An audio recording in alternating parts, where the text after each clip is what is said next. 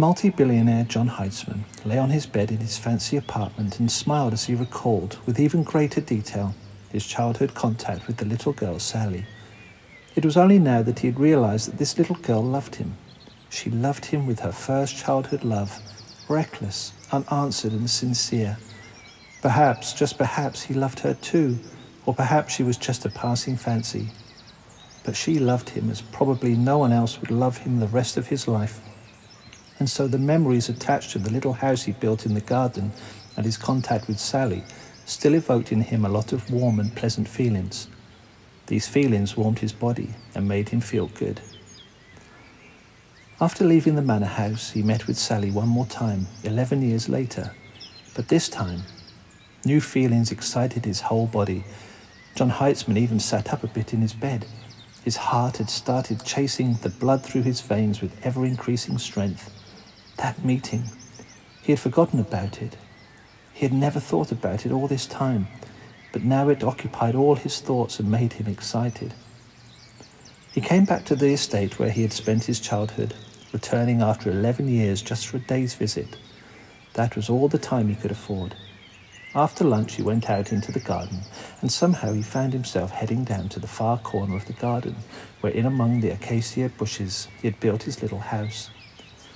As he pushed back the branches and stepped into the little glade, he literally froze in astonishment. The house he had built out of plastic boxes 11 years ago stood on the same spot as before, but all around were little beds of flowers, and a sand-covered path led to the entrance, where a little bench was now standing, and the house itself was wreathed in flowers. The bench had not been there before, but it was there now. The grown-up John noted to himself. He pushed aside the curtain covering the entrance, bent down and stepped into the little house. At once he could sense someone's recent presence. His childhood photo stood on the little table as before. The shelves were neatly lined with Sally's childhood toys. On one of the shelves, next to the table, stood a little bowl of fresh fruit. An air mattress lay on the floor, fitted with a coverlet.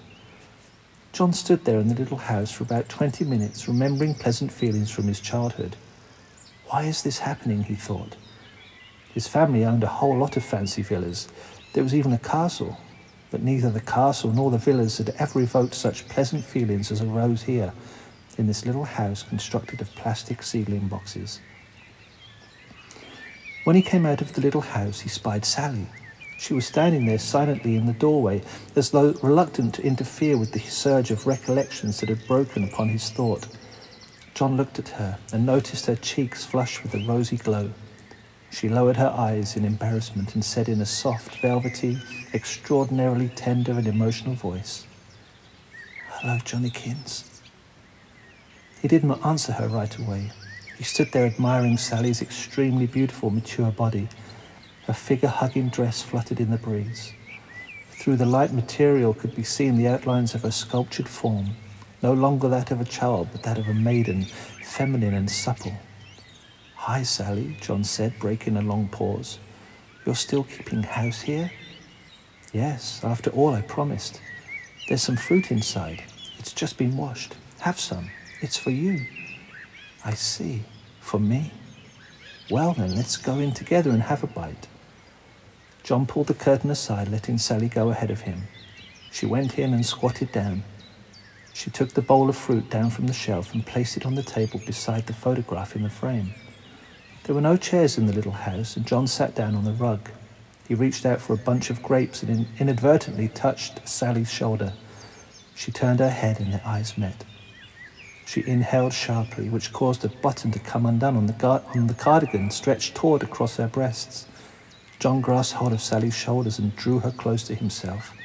She did not resist. Quite to the contrary, she leant against him with her feverishly glowing body. Sally did not resist when John slowly and carefully laid her down on the rug, or when he caressed her and kissed her lips and her breast, or when... Sally was a virgin. Neither before nor afterward did John enter into intimate relations with any virgin. And now, after 40 years had passed since that last meeting, he, John Heitzman, suddenly realized that this had been the only really beautiful, reason-defying intimate moment he had ever had with a woman, or rather with a girl whom he had made a woman. After that, they fell asleep for a little while. When they awoke, they began talking with each other. What had they talked about? John Heitzman racked his memory as best he could. He very much wanted to remember at least part of their conversation, and he remembered.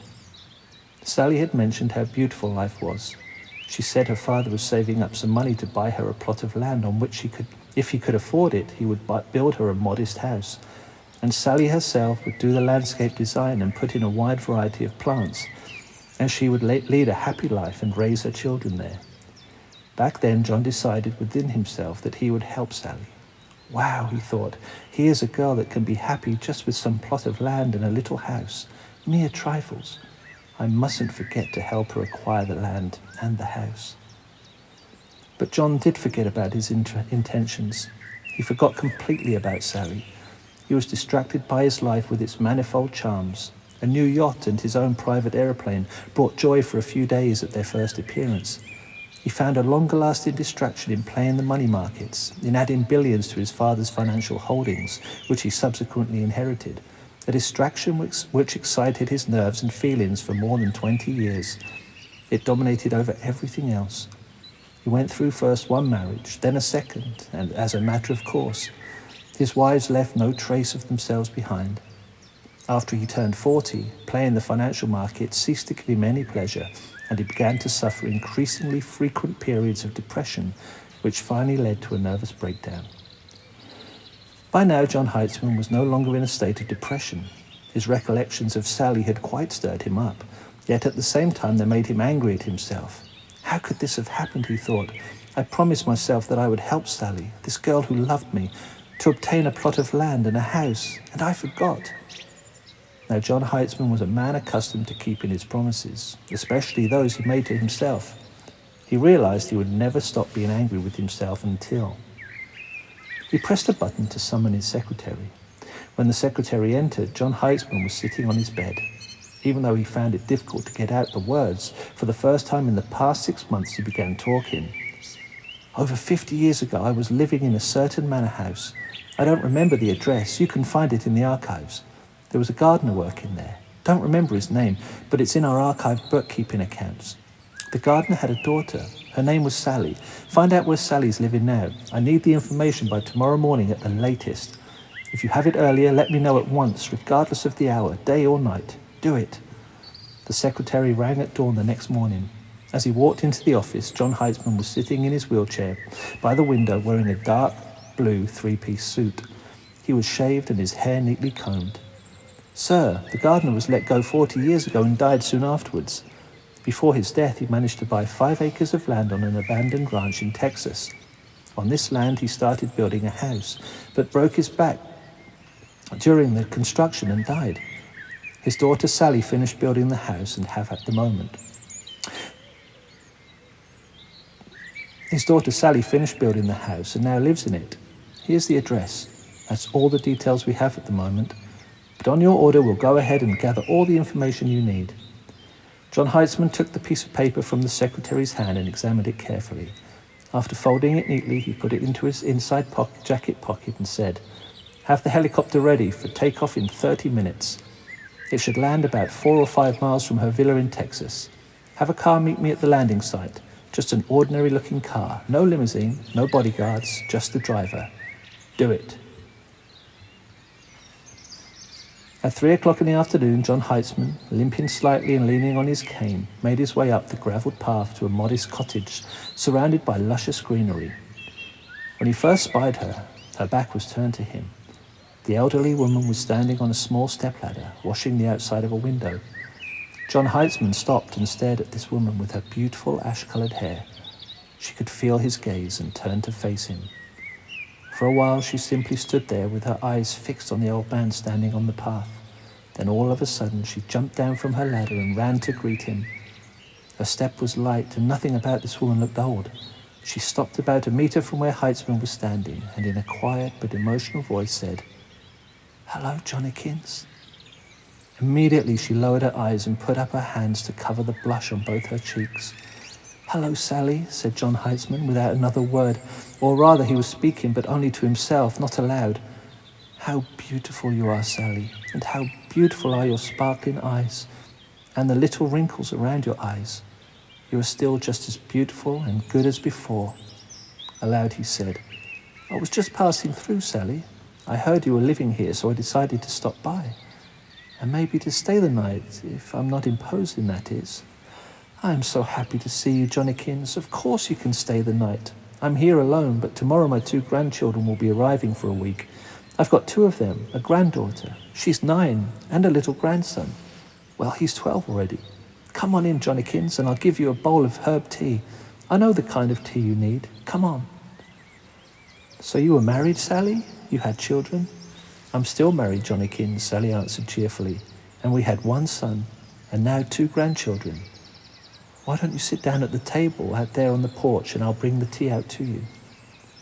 John Heitzman sat down in one of the plastic armchairs on the veranda.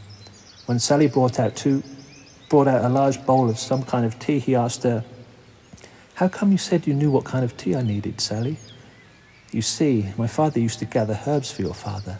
He'd dry them and then make a tea, and this tea was of great help to your father.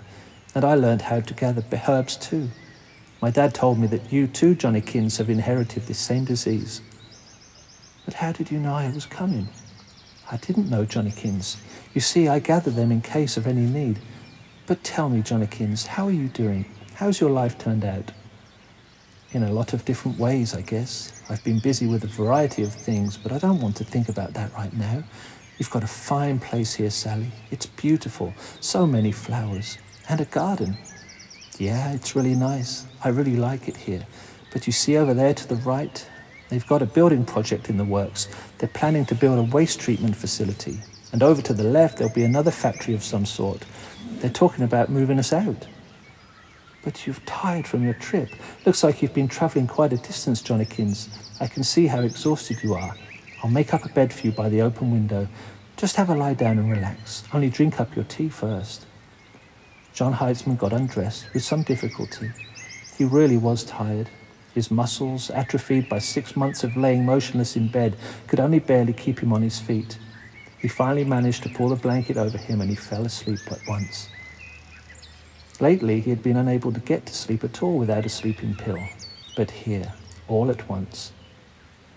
He slept in until noon and did not see the morning. He got up and took a shower and then went out to the veranda. Sally was getting lunch ready in the summer kitchen, and a little boy and little girl were helping her. "Good afternoon, Johnnykins. Looks like you got a good sleep. You look so rejuvenated. Here, meet my grandchildren. This is Emmy, and this young fella's name is George. And I'm John Heitzman." "Good morning," said the elderly man, extending his hand to the boy. "So there, you're officially introduced," declared Sally. "You two go take a walk and work up an appetite while Emmy and I get lunch ready." "I'd like to show you our garden," George said to Heitzman. The old man and the young boy walked through the marvellous garden together.